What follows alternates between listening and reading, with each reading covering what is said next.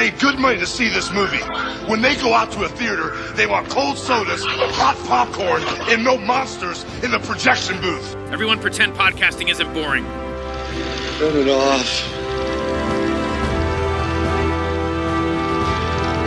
Turn it off.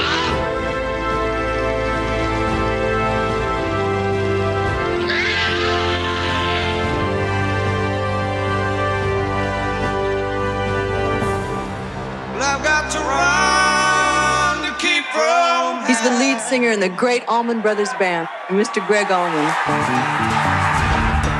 The biggest group in the country is the Allman Brothers Band, the best rock and roll band in America. All of us musicians, we'd never heard anything like that before. He's one of those people you can describe by simply saying his name, Gregg Allman. All of a sudden, I couldn't make a move. And the road goes on forever. I met the Allman Brothers. I said, uh-oh, here comes some hippie. My brother passed away, and it started raining money. They loved each other. It's a wonder that we kept the band together. I got mad at him for dying. I got mad at life. I was angry at God for taking him. You never know how much you're leaning on somebody till they die. Not gonna let them catch me now. Seems like a lot of tragic and bad things are happening to you guys. A lot of good things happen. The midnight ride. He did love sex, drugs, rock and roll, but it was a piece of a much bigger puzzle. Couldn't live with each other, and they couldn't live without each other either. Performing was a safe place. Home, he was in pain. He had a growing drug addiction. He was not happy with that person.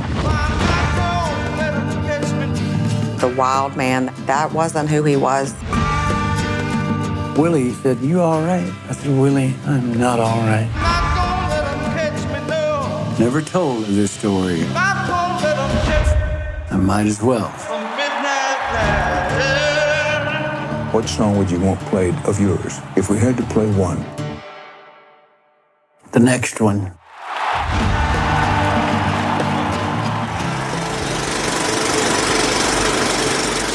Hey folks, welcome to a special episode of The Projection Booth. I'm your host, Mike White. On this episode, I am talking about Gregg Allman, The Music of My Soul. As you can tell from that title, it is a documentary about Gregg Allman, and it was directed by James Keach, the brother of Stacy Keach, also the man who gave us the incredible motorcycle cop scene from Vacation, and it was produced by Michael Lehman, who is Allman's former manager. Had a great time talking with Mr. Keach and Mr. Lehman, and I hope you have a great time listening to it. Thank you so much. Michael, I want to start with you. How long ago did you meet Gregg Allman, and what were the circumstances around that? I met Gregg in 2004. He was looking for new representation, and someone referred him to me as a possible client, and Gregg interviewed 5 or 6 people, and we met. I went to the show that evening, and then we followed up afterwards, and we had an instant connection, both passionate about music, and I was very passionate about helping artists at that time, not just on a surface level, but a deep level. And I think he understood that. And that started our journey. And Gregg was living in Savannah at the time. I was up north outside of New York City, and we made an agreement of how we would meet on the road and how I would also come down to Savannah and brainstorm and plan out the next part of his career. And it turned out to be a 14-year run that we had together. So I was very fortunate. When did you get involved with the music business? Because this is obviously not your first rodeo. I got involved in college, actually. It goes even before that, and James may or may not even know about the tie-in, but Don Kirshner lived in New Jersey, not far from where I grew up, and I was friendly with his son, and as a kid used to have play dates over there and was exposed to a little bit of the music business. And when I went off to college in St. Louis, I got involved with the concert committee and radio station, and then started running the concert committee, and became something of what my love for music turned into a passion to get involved in the career and of artists and help others. So I've been involved really since the early 80s as a college student and then late 80s as a professional. How long after that did you meet Reverend Run? I met Rev in, I think, the early 90s, late 80s, early 90s. I also got referred to Run DMC and Rev Run and started representing them. We have over 35 years together.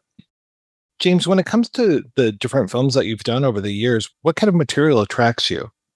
Great stories, great characters. Yeah. And how did you get involved with this Allman documentary? Michael can tell you that better than I can, since he's the one that started it. So what happened is again, I was very, very close to Gregg. He got under my skin in a big way from early on, and then certainly when he became sick and was in need of a liver transplant and then liver cancer. I'd never really lived that journey with a client at that point in time, especially a client that I was so attached to because of the kind of person that he was, as well as the incredible music that he made. And shortly after his passing, I wanted to allow the world to really not only know who he was professionally as an artist, but to learn about the Gregg that I knew, this kind, sweet Southern gentleman that was wounded and damaged, but that loved people and loved humanity. And you know, people loved seeing him on a stage, but I knew they would love him if they were able to learn about who he was as a person. And after he passed, I realized that that was the story that I was telling when people would reach out or wanted stories. It wasn't so much about the music, it was about the person. And probably within a year or so, I decided I wanted to share that story and create a documentary, and started interviewing a bunch of directors. And fortunately, James was one of the directors that I met. And when I met him, almost instantly, I realized that he was going to be the one, not only because of his role in Vacation that we all love, but I'm kidding, but because of he was a younger brother to Stacy, and James has this kind way about him and this warmness to him that I just gravitated towards. And when he was sharing the entry point and how he was initially thinking about telling the story, it was so apparent. There wasn't even a conversation to have in my mind as to, oh, how do I weigh the difference? It was, I really want to go straight forward with James. And James, how did you decide that you wanted to approach this material? My girlfriend at the time, who's now my wife, had said, Michael called me, I said, I just got a call about doing a project about the Gregg Allman and Allman Brothers. And she said, oh, you have to do this. You got to do that. They got me through high. They're my favorite band. You've got to do it. I said, no, Nancy, I'm not sure. You have to do it. I said, okay. So I started doing research on it, and she was right. I had to do it because I love the music, but I didn't know the story. And when I started discovering the story, I thought, all great drama has conflict. Well, this guy had nothing but conflict for so many years. And it was a great story to be told, and it had to be told carefully. And one of the things I was most concerned about is that I was going to be able to have autonomy and to be able to tell the story without somebody saying it has to be this way or it has to be that way. And Michael, first of all, he assured me that, but not only that, he kept his word. And so but it was a collaboration. It wasn't like I never like to think that this is the James Keach Film Festival. I'm making this film. It's an honor to be asked to do somebody's life, whether it's John Cash or Linda Ronstadt or David Crosby, it doesn't matter. You're responsible for their legacy, and you're responsible for telling the truth in a way that they too would be proud of it. And so Michael checked all the boxes for me in terms of being a producer, and he's a good man. I've learned to become very good friends with him. But that said, I can see why Gregg liked him so much. He also gets the job done, when it needs to get done. But what it also attracted me to the story was not just the brother thing. It was my brother was, Gregg came from the South, and I come from a little town in South Texas, and there was black people on one side and white people on another, and Mexicans on another side of the tracks, the highway going through town. And we couldn't have dinner together, but we could sure as hell play football together. And it really bothered me. And when I discovered this about Gregg, and he was part of it, one of the first integrated bands, and that he would leave restaurants when people would not let JMO sit with them, and that his best friend was black. And I said, this is a guy who I admire. I could admire him. And so that's another reason to make this story. Why do you want to tell stories of people that you respect and that you admire, no matter, and yes, Gregg was flawed, but we're all flawed. And at the end of the day, he had tremendous redemption, but he also fell very, very, very far. And the irony, of course, his falling is that the night the highest accolade you can get in the Rock and Roll Hall of Fame, he's getting his statue, and that's the low point in his life. And there's real irony in that. And he looks back at that and he goes, "Oh my God, how could I look at the person I've become, and it should have been a totally different experience, and I effed it up, and I'm not going to keep going this way." And he had the courage to face his demons. After 14 rehabs, he didn't do it again. And as Michael will tell you, he got off of alcohol and got sober, and he kicked heroin, alcohol, tobacco, everything else. And he paid the price. He did pay the price for doing all that stuff. But at the end of the day, he was accepting of the price that he had to pay, and he redeemed himself. It's a fantastic story. And that's just the story. Now let's get to the music. The music's unbelievable. It's unto itself. He's one of a kind. He's incredible musicians. Through all the turmoil, we have a fantastic musical journey. So, the movie itself is a fantastic musical journey with this story interwoven. How is it approaching the story of a man's life? You have to pick those moments, though, so carefully, because obviously you've got 2 hours to fit a lifetime's worth of material into. Do you just start making your wish list as far as that, or do you work with Michael as far as like, these are the points that we probably should hit, or what is that journey for you like? The one thing that Michael would talk about, Southern gentleman, he's kind, he loved his family, he was flawed, and I could go to those places. And so I had permission to just go for it. And Michael also had access to some of the great interviews, like Keith Wortman did an interview back to Macon, and that was gold, and it had never been seen before. So when I saw that, it was like I could use this as an anchor. I could anchor some of the movie to this.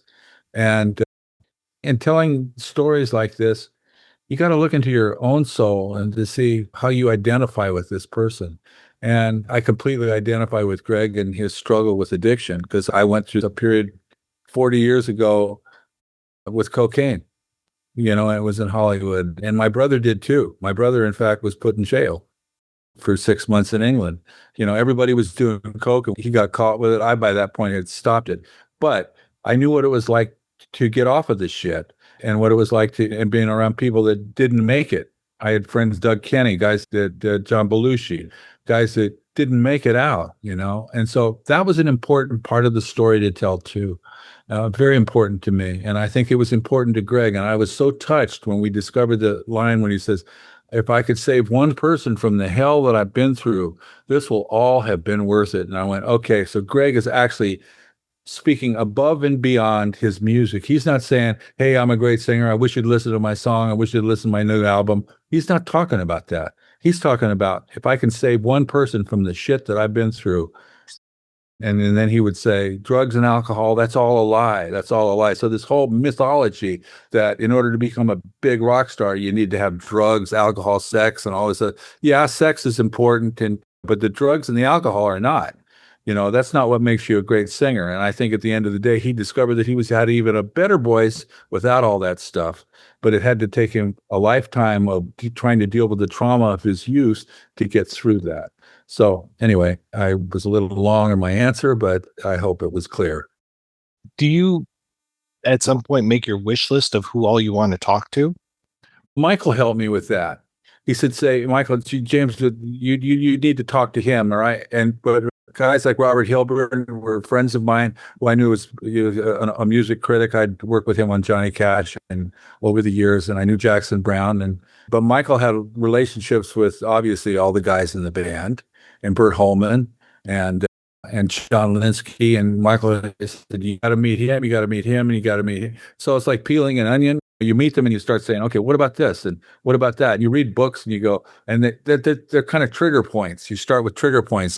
Gregg gets busted with Scooter Herring for drugs. What's that story about? And how did it break up the band? You get, and it's like Rashomon. I don't know if you know that movie, but it's the same movie being told from 6 different points of view. And so everybody has a different point of view about the way Gregg handled drugs and the way Gregg handled this marriage. And so you keep asking the same questions, and it's somewhere in there, after 2 or 3 times of hearing the same thing, there comes the truth. And there's one person that says something a little different, and it's not quite there. So it's just terms of crafting a documentary.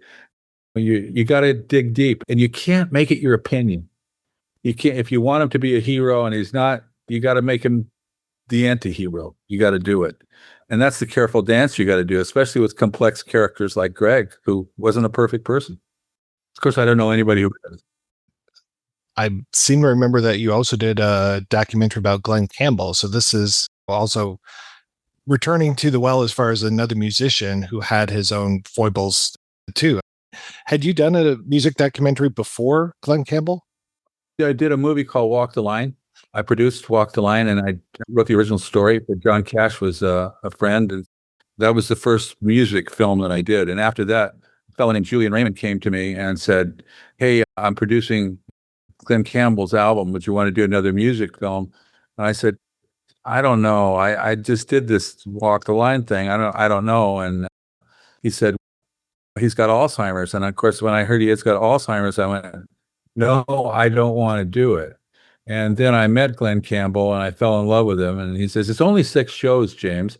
You only got to do 6 shows. And it turned out, I said, after I fell in love with Glen, I'll do it. It was 171 shows on the road with a guy with Alzheimer's. I of course, didn't film all of them. I filmed about 30 of them, but it was my first experience of doing a deep documentary. And I loved it. I loved it because I got to discover so much about them and about myself. Gregg teaches me about myself and my way of handling things. And I hope he does to the audience too. That's my wish. Michael, how long did this documentary take from inception to us talking now? Brainstorming about it started in 2018, 2019. James and I probably met each other 5 years ago or so and James and I spent a tremendous amount of time together when we started exchanging ideas and then material and then sharing material. So it's been a journey. It has absolutely been a journey. But as James said on a prior interview, we probably had about 100+ hours of material that we had to distill down to what's now 96 minutes. And we kept it really, really tight. It's powerful and tight. And so there's a lot. It really took that long. Could it have been made in 6 months, shorter period of time? Yes, but do the job that we did and give it its proper due and check and double check and to make sure that we were going down the right path just took this amount of time. But what we're left with, thankfully, is a beautiful, compelling story about Gregg that is just that. And Gregg actually being able to tell the most of the story, not having a ton of talking heads, but actually having Gregg because of the 2014 interview with Keith Wortman that was done around the Back to Macon show, and a 2011 or 12 interview that was done with HarperCollins, and then one that was done with Scott Goldman of the Grammy committee and the museum that allowed us to really give Gregg the runway to share his story. How does it make you feel watching these old interviews with him and revisiting your friend? I got to tell you, I'm in a lot of pain, beautiful pain. He and I were really, really close. And every time I've seen it, and James has seen me tear up, and others have seen me tear up as I've been watching it, as we've been working on it. New York the other day was wonderful, our world premiere, and the film was so well received, and I was extremely happy. The last few days doing a lot of work to ensure that we have a successful rollout with media is bringing up a lot of feelings again. All warm, beautiful ones, but it's made me feel really raw inside and feel a lot of pain. I loved the man very, very much, and so yeah, it's painful, but it's a celebration, and that's how I feel. You said it went over well, but I want to hear more about the audience reaction to this. So I saw at the premiere in New York, there were a lot of Allman Brothers fans there that I've known over the years. There were a lot of industry executives from the publishing side to label side to promoters. There were grandparents with parents and grandchildren and men, women, and everything in between. And I was standing, I didn't sit for the premiere. I stood near the exit and near the bathrooms. And as people were coming back and forth, going to the bathroom or at the end of the evening, leave, the overwhelming response was, "Oh my goodness, you guys have created an incredible piece of work that tells the story." And I saw a lot of tears in people's eyes. I met a guy that was professing his love for Gregg and named his daughter Melissa, and he was there with his daughter and his wife, and people were lined up outside the venue almost 2 hours before the screening. So it was like a concert, and honestly, after this rollout, that's the goal, is that we hope to be able to take it out to rock halls and performing arts centers where you can actually play it with a loud sound system, and because you experience the music, you experience the story, and I think we have struck a great chord that people are going to really feel moved by the stock. James, can you tell me a little bit about the post process and especially working with your editor? She's my second wife. That's how much time I've spent with her. And my current wife would say, it's okay. It's okay. Alexandra Komisarek, we lived in the same room for years.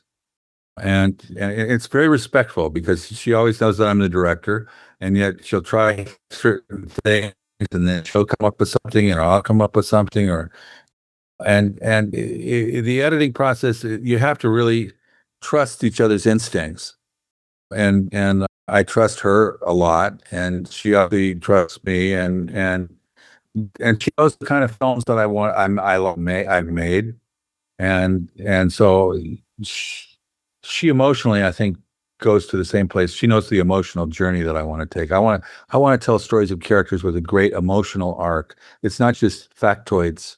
I'm not interested in that. I'm interested in the emotional journey of a character and how they grow, and how that informs their music, their talent.